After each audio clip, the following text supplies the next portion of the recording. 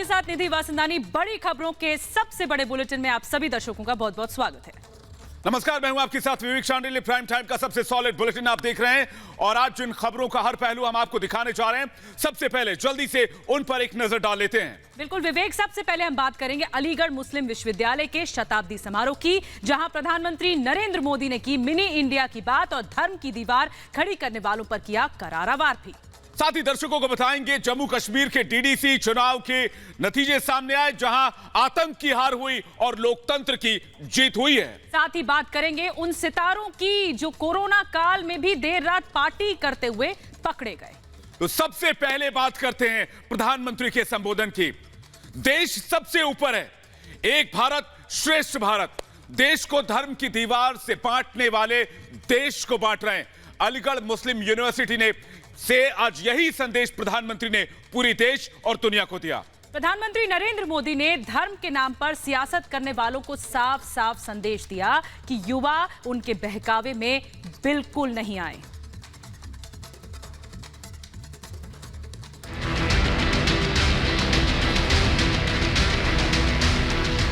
देश आज उस मार्ग पर बढ़ रहा है जहां मजहब की वजह से कोई पीछे न छूटे। सियासत समाज का एक अहम हिस्सा है, लेकिन इस सियासत से बहुत बड़ा देश होता है। सियासत से आगे समाज को ले जाने का काम बहुत जरूरी है, तभी देश आगे बढ़ता है। और कुछ इसी तरह देश को आगे बढ़ाने का काम देश में एएमयू जैसे कैंपस में होता है। पहले से पढ़ाए जाते हैं। कुछ यही बात अलीगढ़ मुस्लिम यूनिवर्सिटी के मंच से प्रधानमंत्री नरेंद्र मोदी ने कही। एएमयू सिर्फ एक यूनिवर्सिटी नहीं, बल्कि ये एक मिनी इंडिया है। यहाँ कुरान भी है तो गीता भी है। एएमयू से संदेश, सबसे पहले देश। मिनी इंडिया है एएमयू। हजारों टीचर्स, प्रोफेसर्स, लाखों स्टूडेंट्स के बीच एक मिनी इंडिया भी नजर आता है। एजुकेशन मौका था एएमयू के 100 साल पूरे होने का। कोरोना वायरस के चलते वीडियो कॉन्फ्रेंसिंग के जरिए पीएम मोदी इसमें शामिल हुए। उन्होंने कार्यक्रम को संबोधित किया, धर्म के नाम पर देश के बांटने वालों को सीधा संदेश दिया। एएमयू से एक भारत श्रेष्ठ भारत की बात कही। एएमयू के कैंपस में एक भारत श्रेष्ठ भारत की भावना दिनों दिन मजबूत होती रहे, हमें मिलकर इसके लिए काम करना है। 1000 विदेशी स्टूडेंट्स हमारे यहां एएमयू में पढ़ाई कर रहे हैं। ऐसे में एएमयू की यह भी जिम्मेदारी है कि हमारे देश में जो अच्छा है, जो बेहतरीन है, जो देश की ताकत है, वो देखकर, वो सीखकर, उसकी यादें लेकर के ये छात्र अपने अपने देशों में जाएं। क्योंकि एएमयू में जो भी बातें वो सुनेंगे, देखेंगे, उसके आधार पर वो राष्ट्र के तौर पर भारत की आइडेंटिटी से जोड़ेंगे। हमारे देश में कुछ ताकतें धर्म के नाम पर लोगों को बांटने की कोशिश में लगी रहती हैं। वो लोगों के बीच एक दीवार उठाने का काम करना चाहती हैं। पीएम मोदी ने अपने संदेश में ऐसी ताकतों पर करारा प्रहार किया। देश आज उस मार्ग पर बढ़ रहा है जहां मजहब की वजह से कोई पीछे न छूटे, सभी को आगे बढ़ने के समान अवसर मिले, सभी अपने सपने पूरे करें। सबका साथ, सबका विकास, सबका विश्वास, यह मंत्र इसका मूल आधार है। देश की नीयत और नीतियों में यही संकल्प झलकता है। आजादी के बाद देश में तुष्टीकरण की राजनीति भी खूब हुई, लेकिन मोदी सरकार का साफ कहना है कि किसी का तुष्टीकरण नहीं होगा, बल्कि सबको साथ लेकर सबका विकास होगा। कोई भेदभाव नहीं होगा। मजहब की हर दीवार से ऊपर है देश और देश का विकास। जिस प्रकार मानव जीवन और उसके अच्छे स्वास्थ्य के लिए शरीर के हर अंग का स्वस्थ रहना जरूरी है, वैसे ही देश की समृद्धि के लिए भी उसका हर स्तर पर विकास होना आवश्यक है। साथियों, आज देश भी उस मार्ग पर बढ़ रहा है जहां प्रत्येक नागरिक को बिना किसी भेदभाव देश में हो रहे विकास का लाभ मिले। 56 साल बाद एएमयू में किसी प्रधानमंत्री का ये पहला भाषण था। इससे पहले 1964 में एएमयू पहुंचे थे उस समय के पीएम लाल बहादुर शास्त्री। पीएम मोदी ने अपने संबोधन में साफ कहा है कि देश को साथ मिलकर आगे बढ़ाना है। शरारती तत्वों, देश को तोड़ने वाले लोगों को ये करारा जवाब है जो धर्म के नाम पर लोगों को बांटते हैं। एएमयू से पीएम मोदी ने साफ संदेश दिया है कि पूरा भारत एक है और सब मिलकर इसका विकास करेंगे। Bureau report, Republic Bharat. प्रधानमंत्री मोदी का अलीगढ़ मुस्लिम यूनिवर्सिटी संदेश बहुत मायने रखता है। एएमयू के मंच से धर्म की सियासत करने वालों को करारा जवाब मिला है। बिल्कुल विवेक, और कुछ लोग कभी जिन्ना तो कभी किसी और मुद्दे पर इसे एएमयू को बदनाम करने की कोशिश भी करते हैं, लेकिन प्रधानमंत्री मोदी ने साफ कह दिया कि एएमयू से भारत की विश्व में पहचान बनी है और यहां के छात्रों से भारत को बहुत बहुत उम्मीदें हैं।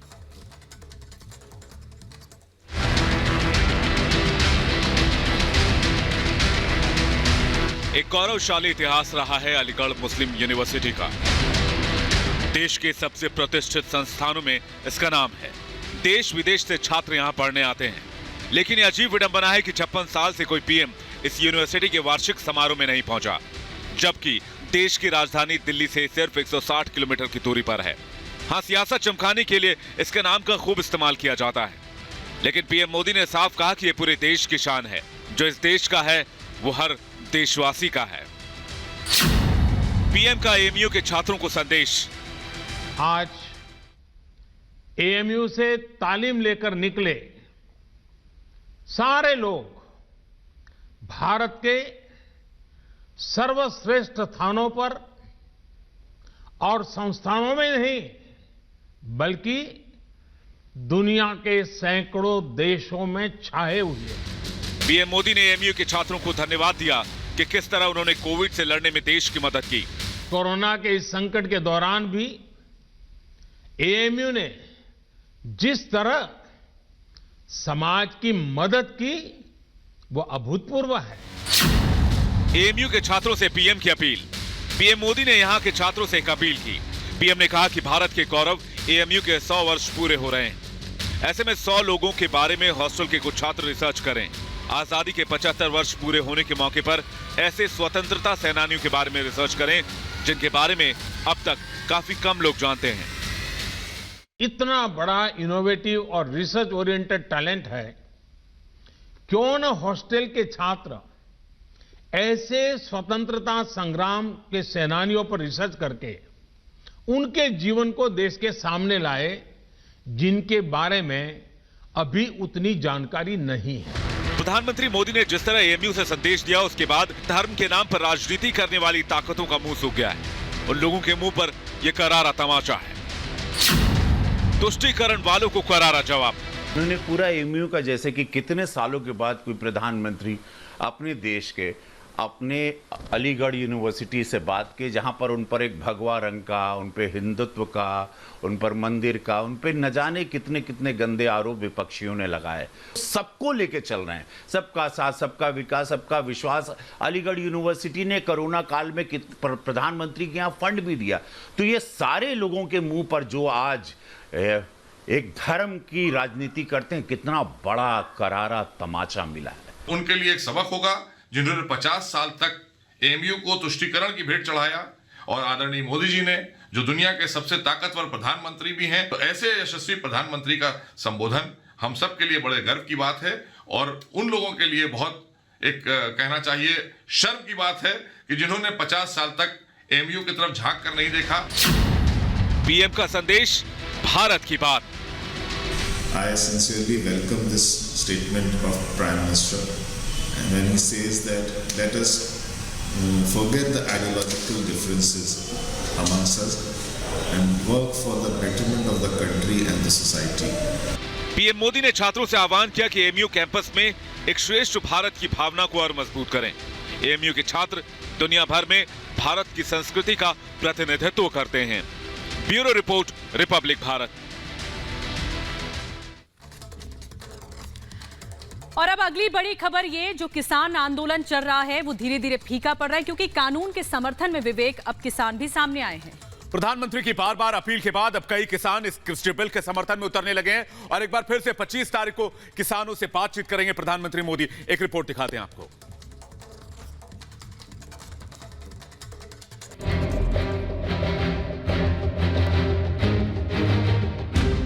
पिछले 4 हफ्तों से कृषि कानूनों को लेकर सरकार और किसानों के बीच तकरार जारी है। एक तरफ किसान कृषि कानून वापस लेने की मांग पर अड़े हैं, वहीं दूसरी तरफ केंद्र सरकार किसानों को मनाने में जुटी, समझाने बुझाने की कोशिशों में जुटी। ये प्रधानमंत्री मोदी की अपील का असर है कि कृषि कानून के समर्थन में आवाजें उठने लगी हैं। समर्थन में किसान सड़कों पर उतरने लगे हैं। कल पश्चिमी उत्तर प्रदेश के किसान संगठनों ने कृषि कानूनों के पक्ष में सड़कों पर उतरने का ऐलान कर दिया। इन तीनों किसान कृषि कानूनों को मैंने अच्छी तरह से पढ़ा है और मैं कह सकता हूं, और मेरे साथ बागपत लोकसभा क्षेत्र के मैंने बहुत दर्जनों कई दर्जन मैंने मीटिंग की है। मुझे एक भी जगह कि किसी भी जब मैं बोलता हूं इन कृषि कानूनों के बारे में किसी को कोई शंका नहीं रहती। और हमारे बागपत लोकसभा क्षेत्र के जो किसान हैं वो इनके समर्थन में हैं। और कल कुशेड़ी में ये जो है सब लोग वहाँ पर इकट्ठे होकर माननीय मोदी जी का ये कृषि बिल पारित करने के लिए उनका आभार भी व्यक्त करेंगे। प्रधानमंत्री मोदी के संवाद का ही असर है कि अब कृषि कानून विरोधी किसानों की तादाद धीरे धीरे कम होती जा रही है। दिल्ली के बॉर्डर पर किसानों का जमावड़ा कम होने लगा है। सरकार ने किसानों से बार बार अपील की, बार बार संवाद किया। कभी कृषि मंत्री तो कभी वाणिज्य मंत्री, कभी कानून मंत्री तो कभी गृह मंत्री ने अपने दरवाजे किसानों के लिए खोले। बार बार अपील की गई, किसानों को कृषि कानून के बारे में भरोसा दिलाया गया। बीजेपी का अमला किसानों को समझाने, उन्हें मनाने किसानों के बीच तक पहुंच गया। आज अनेक किसान यूनियन के पदाधिकारीगण आए थे और उनकी ये चिंता है कि सरकार बिलों में कोई संशोधन करने जा रही है। उन्होंने कहा कि ये बिल किसानों की दृष्टि से बहुत कारगर हैं, किसानों के लिए फायदे में हैं और बिल में किसी भी प्रकार का परिवर्तन नहीं किया जाना चाहिए। ये मांग करने के लिए वो आए थे। नए कृषि कानूनों में किसानों को ये समझाने की कोशिश की गई कि इससे उनकी आमदनी बढ़ेगी, निवेश बढ़ेगा, जिससे किसान और देश दोनों आगे बढ़ेंगे। यही वजह है कि भारी संख्या में किसान कृषि कानून के समर्थन में आ गए हैं। इन कोशिशों का ही असर है कि कृषि कानून के विरोध में खड़े किसान लगातार कम हो रहे हैं। Bureau report, Republic Bharat. और आइए बात करते हैं डीडीसी चुनाव की। डीडीसी चुनाव में एक बार फिर से लोकतंत्र की जीत हुई और आतंक की हार हुई। निधि, बिल्कुल, घाटी में कमल खिलता हुआ दिख रहा है और ये सबसे बड़ी बीजेपी की जीत है। लोकल चुनावों में 280 सीटें 8 चरणों में चुनाव हुए थे। भले ही गुपकार संगठन ज्यादा सीटें लाता हुआ दिख रहा है, लेकिन कमल खिल रहा है घाटी में।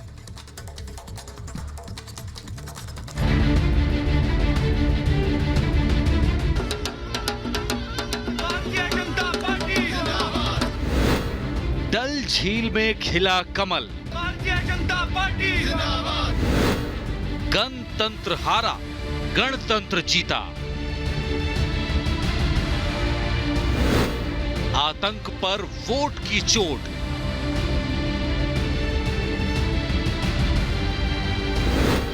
22 दिसंबर घाटी में नया सवेरा।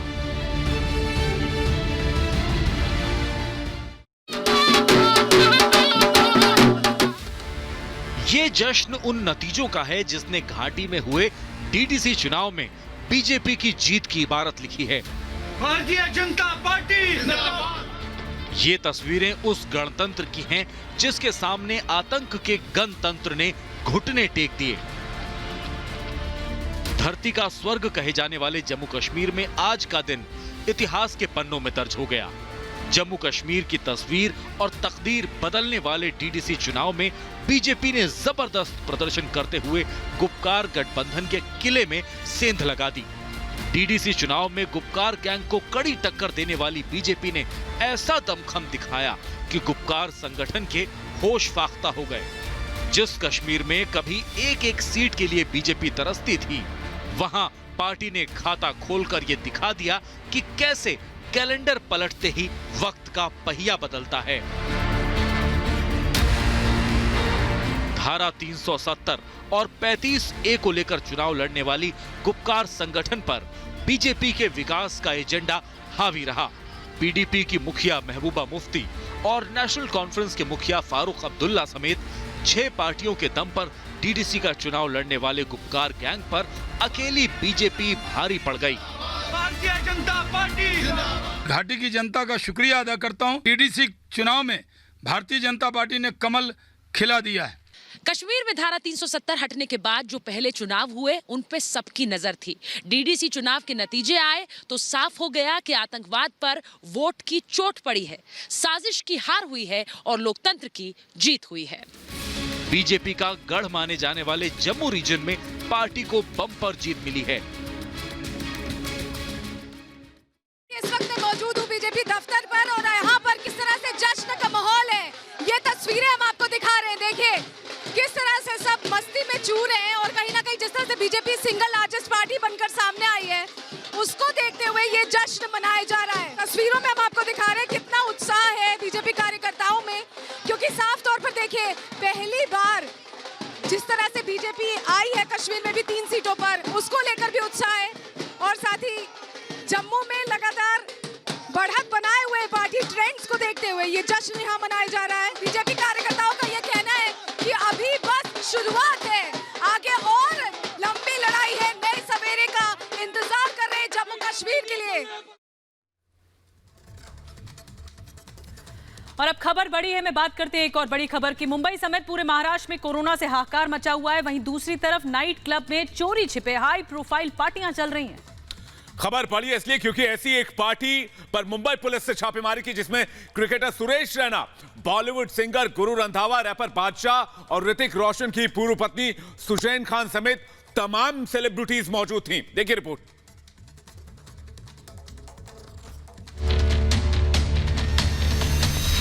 पार्टी करके फंस गए स्टार। पार्टी में क्रिकेटर बॉलीवुड का संगम। नाइट कर्फ्यू पार्टी का गुनहगार कौन? मुंबई देश की माया नगरी जो हर ढलती शाम के साथ और भी रंगीन और हसीन हो जाती है। इसी सपनों के शहर पर कोरोना का ग्रहण लगा हुआ है। 18 लाख केसेस, 48,000 से ज्यादा मौतें, आंकड़े कोरोना महामारी के खतरे की तस्वीर साफ बयां कर रहे हैं। कोरोना के बढ़ते खतरे को देखते हुए महाराष्ट्र की उद्धव सरकार ने नाइट कर्फ्यू तक लगा दिया, लेकिन उसी कोरोना महामारी के बीच बॉलीवुड और क्रिकेट के सितारे अपनी शाम रंगीन कर रहे हैं। नाइट क्लब में नाइट पार्टियां चल रही हैं। तस्वीरें मुंबई इंटरनेशनल एयरपोर्ट के नजदीक होटल मैरियट की हैं, जिसके पब ड्रैगन फ्लाई में कोरोना के नियमों की धज्जियां उड़ाई गई। खबरों की माने तो इस पार्टी में क्रिकेटर सुरेश रैना, ऋतिक रोशन की पूर्व पत्नी सुजैन खान, बॉलीवुड सिंगर गुरु रंधावा और रैपर बादशाह शामिल थे। जैसे ही मुंबई पुलिस को कोरोना काल के बीच इस हाई प्रोफाइल पार्टी की जानकारी मिली, पुलिस की टीम ने ड्रैगन फ्लाई पब पर छापा मारकर 34 लोगों को गिरफ्तार किया। हालांकि उनके खिलाफ मामला दर्ज करते हुए उन्हें मौके से ही जमानत दे दी गई।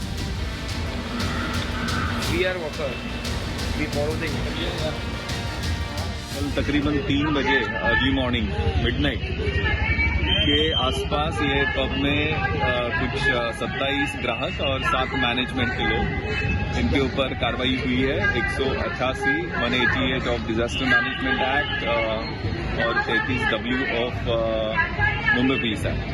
तो इसमें इन लोगों को, जो महिलाएं हैं, उनको 41B का नोटिस देके उनको छोड़ा गया था। जो कस्टमर्स थे उनको अरेस्ट करके बेल आउट किया गया है।